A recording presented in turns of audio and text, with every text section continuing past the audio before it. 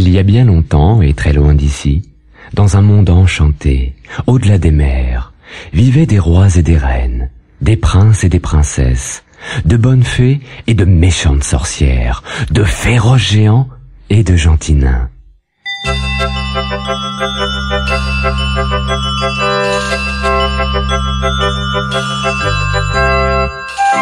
Ouvre ton album, écoute bien et rejoins toi aussi le monde magique d'Il était une fois. Dès que tu entends, tourne la page. Neige blanche et rose rouge.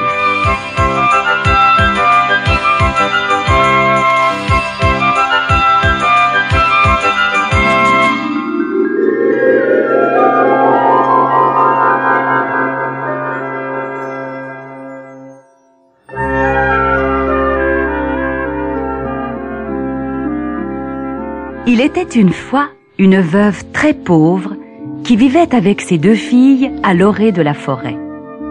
Leur petite maison était entourée d'un joli jardin où poussaient un rosier blanc et un rosier rouge.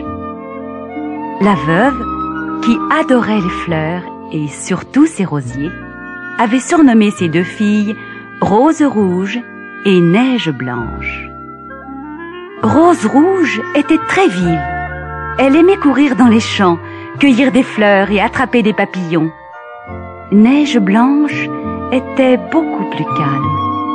Elle aidait souvent sa maman à faire le ménage et lui faisait la lecture à la veillée. Chaque fois que Rose rouge et Neige blanche allaient cueillir des baies dans la forêt, les animaux surgissaient de partout et les entouraient. Les petits lapins mangeaient dans leurs mains, les cerfs les accompagnaient un bout de chemin, et les oiseaux leur chantaient leurs plus belles ritournelles. Un soir, alors que la maman et ses 2 filles étaient assises autour du feu, on tambourina violemment à la porte. « Va vite ouvrir, Rose rouge, » dit la maman. « C'est sans doute un pauvre voyageur perdu dans la forêt. » Rose rouge se précipita, pensant trouver un voyageur fatigué. Mais c'est un ours énorme et couvert de neige qu'elle trouva derrière la porte. La jeune fille, effrayée, courut se cacher au fond de la cuisine.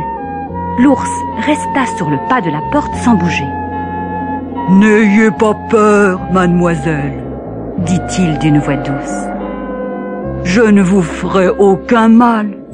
Je meurs de froid et je voudrais simplement me réchauffer près d'un bon feu. » La maman eut pitié de l'ours et répondit « Entre, pauvre créature, viens te chauffer, mais prends garde de ne pas te roussir le poil. » Puis, elle appela ses filles. « Sortez de votre cachette, cet ours est gentil, il ne vous fera pas de mal. Venez le débarrasser de la neige dont il est couvert. » Alors, Rose rouge et Neige blanche vinrent brosser l'ours pour faire tomber la neige qui recouvrait sa fourrure. Puis, l'animal les suivit dans la maison. « Oh, quelle belle flambée !» soupira-t-il en s'allongeant devant la cheminée. Et il se mit à faire le clown pour amuser Rose rouge et Neige blanche. Même le petit agneau, qui habitait avec la famille, osa s'approcher de l'énorme animal. Lorsque vint l'heure d'aller se coucher, la maman n'eut pas le cœur de laisser partir l'ours dans le froid et la neige. « Tu peux dormir ici cette nuit. Tu seras à l'abri, lui dit-elle. Le lendemain matin, l'ours s'en alla dans la forêt chercher de la nourriture. Mais, le soir venu, il revint demander asile pour la nuit. Et à partir de ce jour-là, il prit l'habitude de rentrer tous les soirs, se coucher près du feu. Rose rouge, Neige blanche et leur maman finirent par s'habituer à lui et laissèrent leur porte ouverte tous les soirs pour que l'ours puisse entrer dans la maison.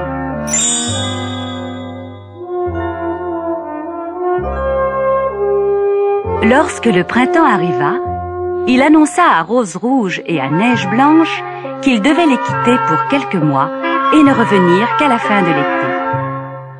« Pourquoi nous quittes-tu? Tu n'es pas bien chez nous? Où vas-tu aller? » demandèrent les deux jeunes filles. « Je dois aller dans la forêt, régler son compte à un méchant gnome, » répondit l'ours.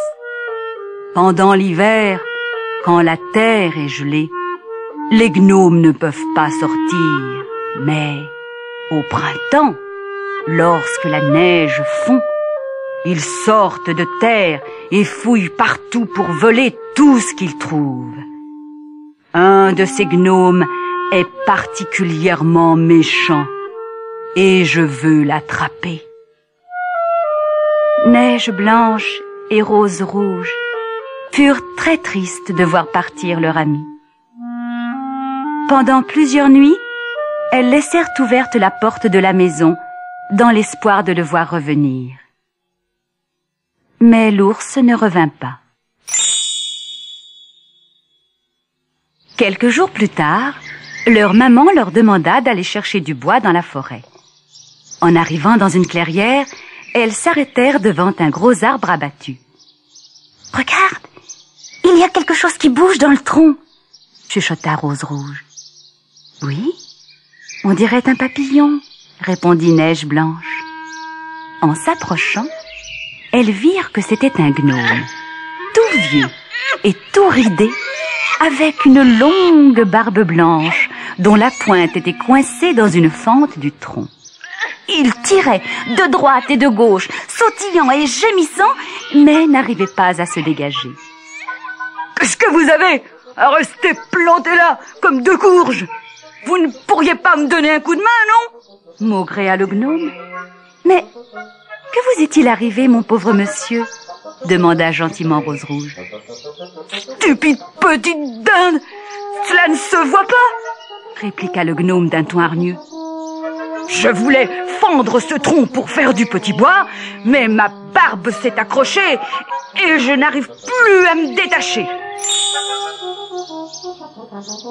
Neige blanche prit des ciseaux dans sa poche et coupa la pointe de la barbe du gnome.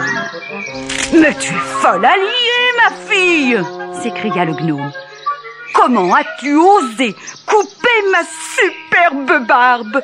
Il faut des années pour faire pousser une barbe pareille. » Et, sans un mot de remerciement, il sauta sur un autre arbre, ramassa un gros sac qu'il avait caché là, puis disparut dans la forêt. Dépitées, Rose rouge et Neige blanche allèrent à la rivière pêcher un poisson pour le dîner. Maintenant, retourne la cassette.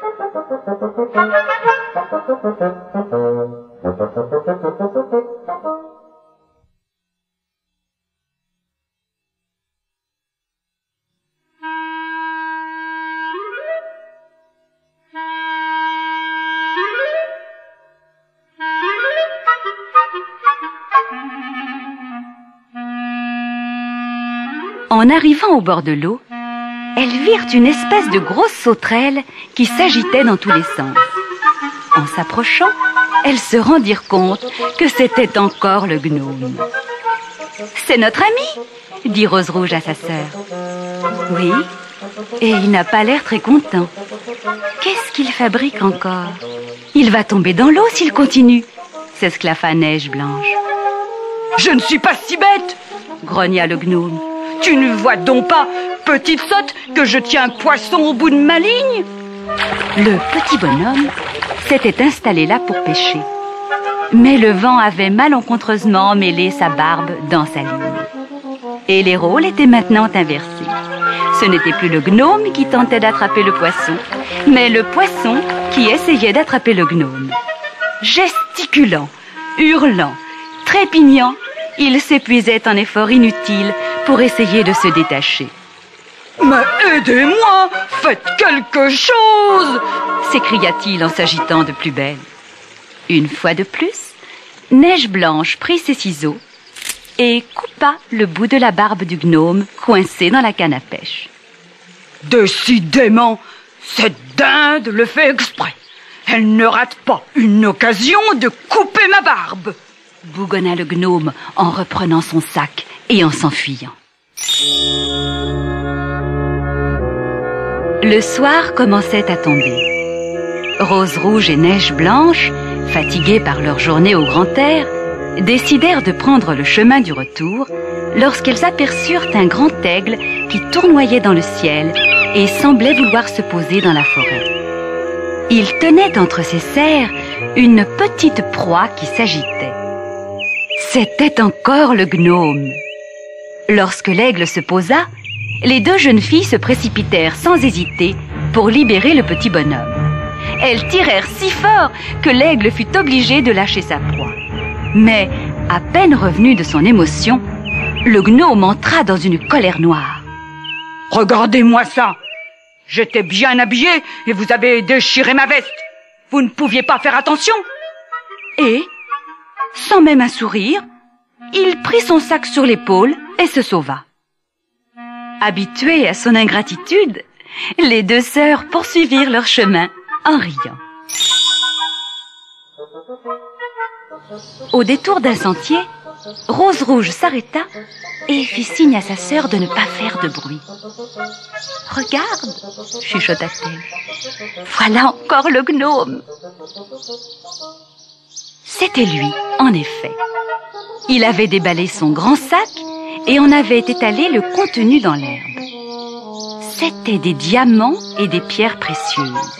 Les deux jeunes filles n'en croyaient pas leurs yeux. « Oh, c'est encore vous! J'aurais dû m'en douter. Qu'avez-vous donc à mes pieds ?» s'écria le gnome, rouge de colère, lorsqu'il s'aperçut de leur présence. Il s'apprêtait à ramasser son sac et à s'enfuir une fois de plus, lorsqu'on entendit un grognement féroce. « Au secours !» hurla le gnome en voyant un ours menaçant s'approcher. « Prends mon trésor! Prends tout ce que tu veux, mais ne me tue pas! Un pauvre petit être comme moi, si minuscule, qu'est-ce que cela peut bien te faire? Tu ne me sentiras même pas entre tes grosses dents. D'ailleurs, pourquoi ne manges-tu pas ces deux filles que voilà? Elles sont bien plus appétissantes que moi. » L'ours ne prêta pas la moindre attention à ces paroles et écrasa le méchant petit gnome d'un coup de patte. « Me voilà enfin débarrassé de cet insupportable gnome !» rugit-il en montrant les dents. Rose Rouge et Neige Blanche prirent leurs jambes à leur cou. Elles n'avaient pas reconnu dans cet ours en colère l'ami qui avait passé les soirs d'hiver dans leur maison. « Neige Blanche, Rose Rouge, n'ayez pas peur, revenez! Vous ne me reconnaissez pas !» cria l'ours. Stupéfaites, elles s'arrêtèrent et le regardèrent craintivement. C'est alors que l'ours se débarrassa de sa fourrure et se transforma en prince charmant. « Je suis le fils du roi. Je vais tout vous expliquer, leur dit-il. Pendant plusieurs années, ce gnome a gâché ma vie. Il m'a jeté un sort qui m'a transformé en ours. Et la seule manière de briser le sortilège était de le tuer. Vous comprenez ?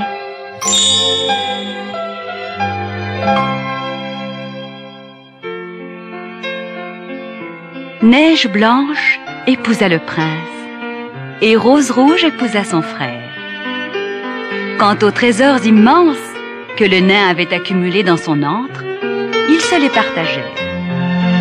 Et la vieille maman vécut de longues et heureuses années auprès de ses deux filles, qu'elle rejoignit au palais, non sans emporter ses deux rosiers qu'elle planta devant leurs fenêtres et qui donnèrent chaque année de magnifiques roses rouges et blanches.